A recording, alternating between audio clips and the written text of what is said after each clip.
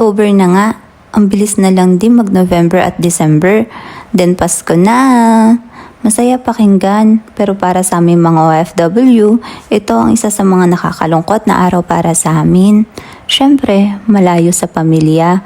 At dahil walang Pasko ang ibang bansa, kaya karamihan sa amin kahit Pasko may trabaho.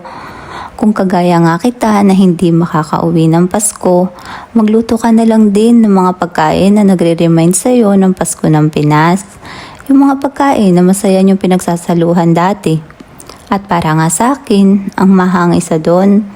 Kasi naalala ko dati nung nagdadala ng maha ang tita ko sa amin.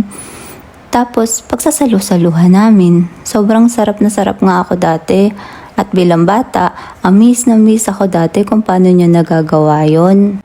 At may mga times nga nung nandito na ako sa Japan, namimiss kong kumain nito. Pero wala namang basta-basta mabibilhan dito. Kaya nanood ako ng mga iba't ibang recipe.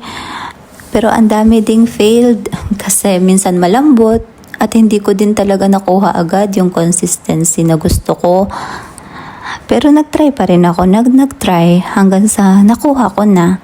Kayo ba, anong pagkain na nagre-remind sa inyo ng Pasko ng Pinas?